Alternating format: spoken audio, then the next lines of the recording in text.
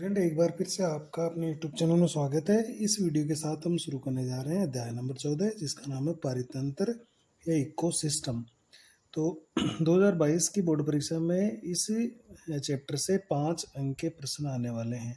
तो अपन शुरू करेंगे पारितंत्र इकोसिस्टम। देखिए, पारितंत्र या इकोसिस्टम क्या होता है कि प्रत्येक जीव के चारों ओर जो पर्यावरण होता है, उस पर्यावरण के सभी घटकों के साथ उस जीव का एक घनिष्ठ संबंध होता है और वो जीव उन पर्यावरण के घटकों के साथ अपने जीवन को यापन करने के लिए जितनी भी क्रियाएं करता है, वो सभी उसके साथ सम्मिलित होती है। और जिससे वो जीव क्या करता है, अपने पर्यावरण के साथ एक तंत्र बनाता है, एक सिस्टम बनाता है, और उसे ही हम पारितंत्र या इकोसिस्टम कहते हैं। तो देखिए, पारितंत्र या इकोसिस्टम, जिसको अंग्रेजी में अपन इकोसिस्टम बोल रहे हैं, इस शब्द का प्रयोग इंग्लैंड के सर आर्थर जॉर्ज टेंसले, या इनको अपन शॉर्ट में बोलते हैं सर एजी टेंसले ने किया था। तो पारितंत्र इकोसिस्टम जो शब्द है, इसका सबसे पहला प्रयोग वो एजी टेंसले ने किया था। इन्होंने टेंसले ने इनकी इसकी परिभाषा क्या दी है कि वातावरण के जैविक और अजैविक, जैविक का मतलब होते हैं सजीव जो घटक होते हैं, और अजैविक जो निर्जीव घटक होते हैं। तो वातावरण के जैविक और अजैविक कारकों के समाकलन, समाकलन का मतलब होता है उनके मिलने से, तो समाकलन के परिणाम स्वरूप निर्मित तंत्र पारितंत्र या पारिस्थितिकी तंत्र इकोसिस्टम कहलाता है। तो इस पारितंत्र को हम पारिस्थितिकी तंत्र भी कहते हैं, तो दोनों एक ही बात है, और अंग्रेजी में इसको इकोसिस्टम कहते हैं।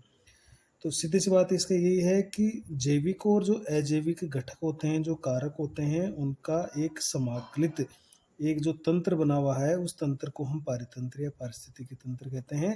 तो होता क्या है कि जो जैविक घटक होते हैं, सजीव जो होते हैं, वो अजैविक घटक जितने भी होते हैं उसके वातावरण में उनसे वो अनन्य क्रिया करता है और एक सिस्टम बना लेता है, एक तंत्र बना लेता है। इसकी इस तरह से एक परिभाषा और दी जा सकती है कि जीवधारी, जीवधारी का मतलब होते हैं जो जैविक कारक हो गए, जिनके जो सजीव होते हैं। तो जीवधारी या जो जैविक कारक होते हैं, वो अपने आसपास के भौतिक पर्यावरण के साथ परस्पर क्रिया करने के लिए एक तंत्र का निर्माण करते हैं, जिसे पारितंत्र या इकोसिस्टम कहते हैं। क्योंकि जैविक जो घटक होते हैं, जो सजीव होता है, जो उसको श्वसन करना हो, चाहे वो भोजन लेना हो, चाहे उसको उत्सर्जन करना हो, उसको चाहे उसके शरीर की ऊर्जा उसे बनाए रखना है, ऊर्जा को निकालना हो, ऊर्जा को प्राप्त करना हो, तो ये सारे काम वो अपने भौतिक पर्यावरण के साथ जरूर करेगा।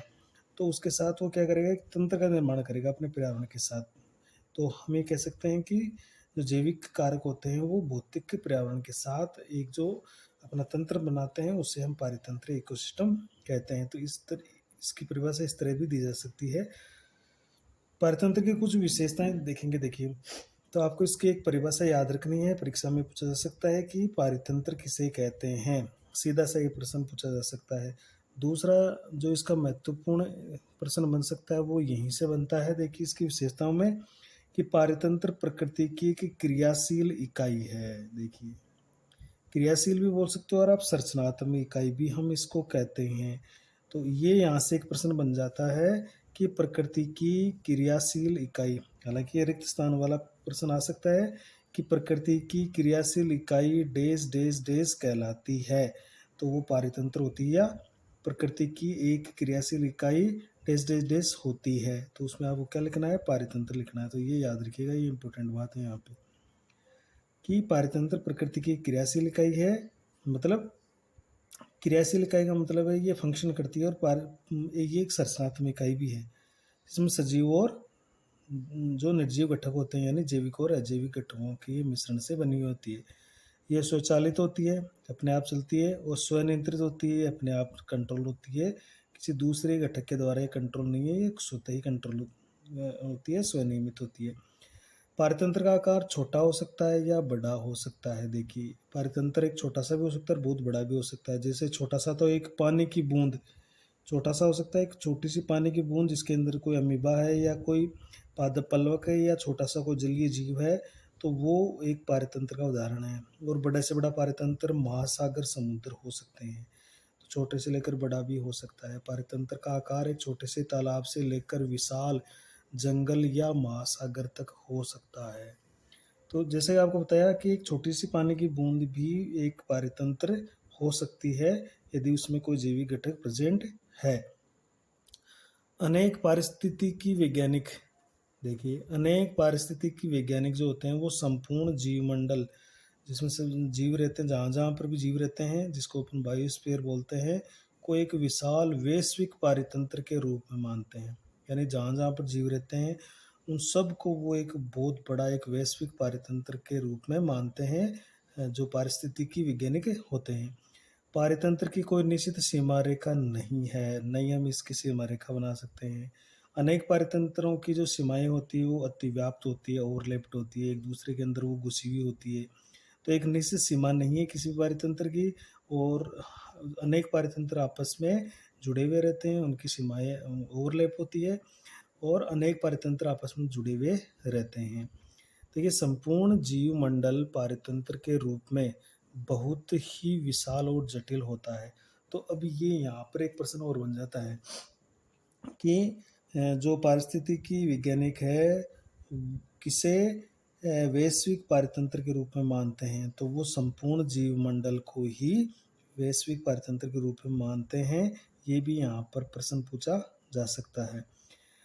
नेक्स्ट है संपूर्ण जैवमंडल पारितंत्र के रूप में बहुत ही विशाल और जटिल होता है। क्योंकि इतना बड़ा जीवमंडल है, चाहे वो स्थल हो, चाहे वो जल हो, चाहे नभ हो, तो इतना बड़ा जीवमंडल है, तो ये बहुत बड़ा विशाल हो गया और बहुत ज़्यादा जटिल पारितंत्र होता है।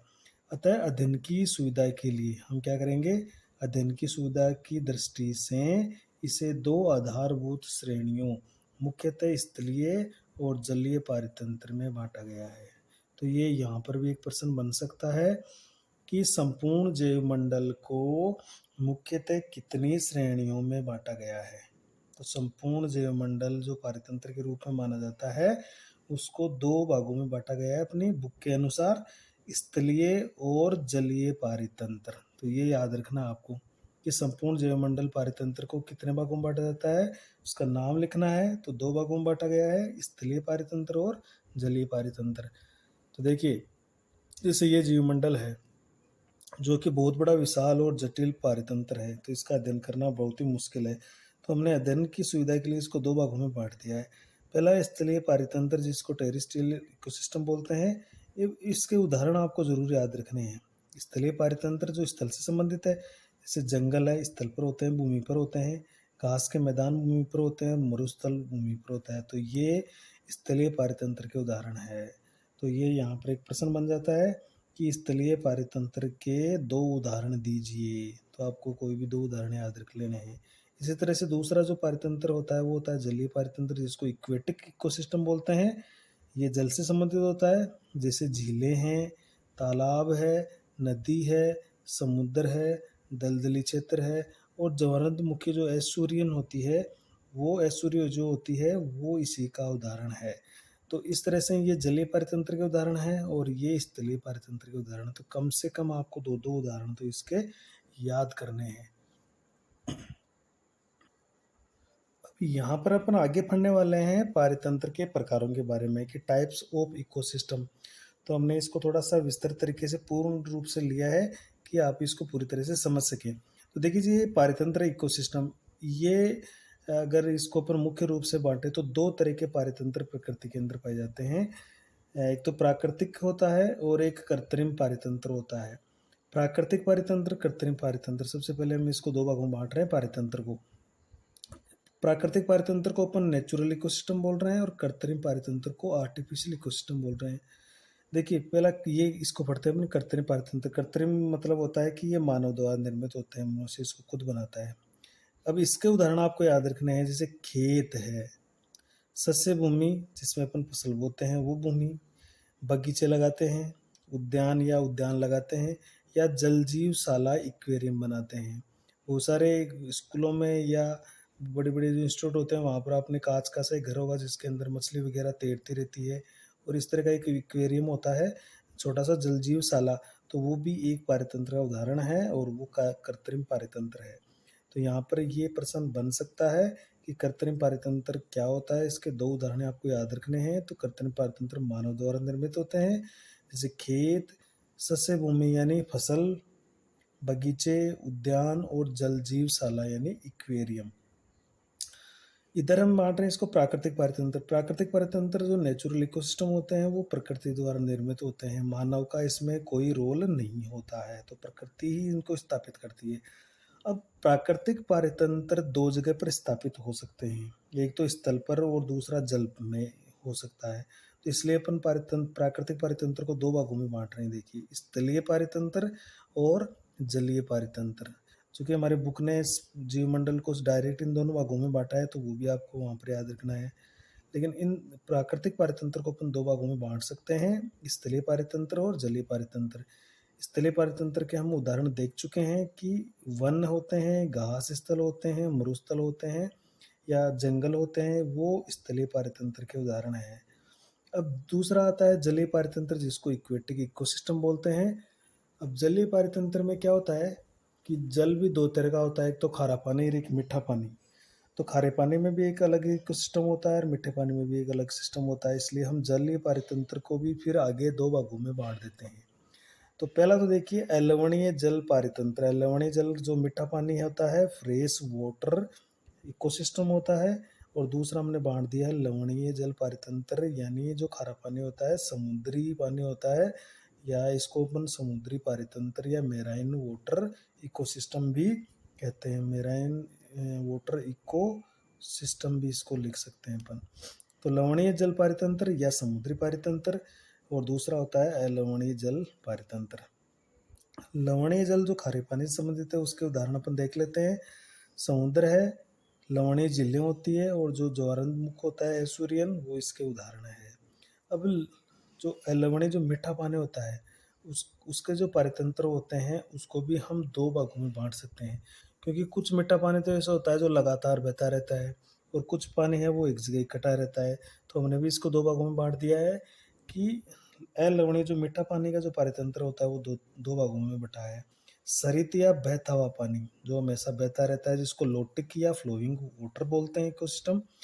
जैसे झरना है या नदी है, ये हमेशा बहती रहती है, कहीं पर भी एक जगह स्थिर नहीं रहती है, तो लगातार इनका पानी वो बहता रहता है, और उसमें बहुत सारे सजीव घटक पाए जाते हैं, एक पूरा एक इकोसिस्टम वहाँ पर मिलता है।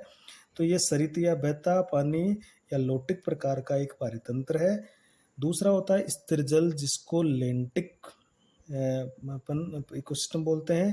जैसे झील है, जो झील है वो पानी से भरी हुई रहती है, तालाब या पोखर होता है, तो ये इनमें जो पानी होता है वो स्थिर रहता है, बहता नहीं है, इसलिए ये स्थिर जल यानी लेंटिक प्रकार का पारितंत्र हो जाता है। तो इस तरह से ये आपको याद रखने हैं कि लवणीय जो पारितंत्र होते हैं वो दो भागों में हमने बांट दिया, सरित या बहता हुआ पानी, लोटिक या फ्लोइंग वाटर, और सरित जल या झील जिसमें तालाब या पोखर इसका उदाहरण हो सकता है। देखिए, हमने एक महत्वपूर्ण बात और लिखी, जैसे कुछ मेगा इकोसिस्टम। देखिए, सबसे बड़ा जो इकोसिस्टम होता है वो महासागर होता है, ओशियन, और माइक्रो इकोसिस्टम होता है जो छोटा होता है वो होता है तालाब। इससे थोड़ा सा बड़ा होता है मैक्रो इकोसिस्टम, उसको अपन वन कह सकते हैं। या जो नैनो इकोसिस्टम होता है वो एक पानी की बूंद हो सकती है, बहुत ही छोटा सा एक इकोसिस्टम पानी की बूंद हो सकती है। और मैक्रो इकोसिस्टम वन हो सकता है, माइक्रो इकोसिस्टम तालाब हो सकता है, और मेगा इकोसिस्टम जो सबसे बड़े होते हैं, सबसे बड़े और स्थायी, सबसे बड़े और ये स्थायी होते हैं, ये महासागर होते हैं। तो आज की वीडियो में हम इतना ही पढ़ेंगे, और नेक्स्ट वीडियो में हम इसके जो पारितंत्र की संरचना है उसके बारे में अध्ययन करने वाले हैं। Thank you.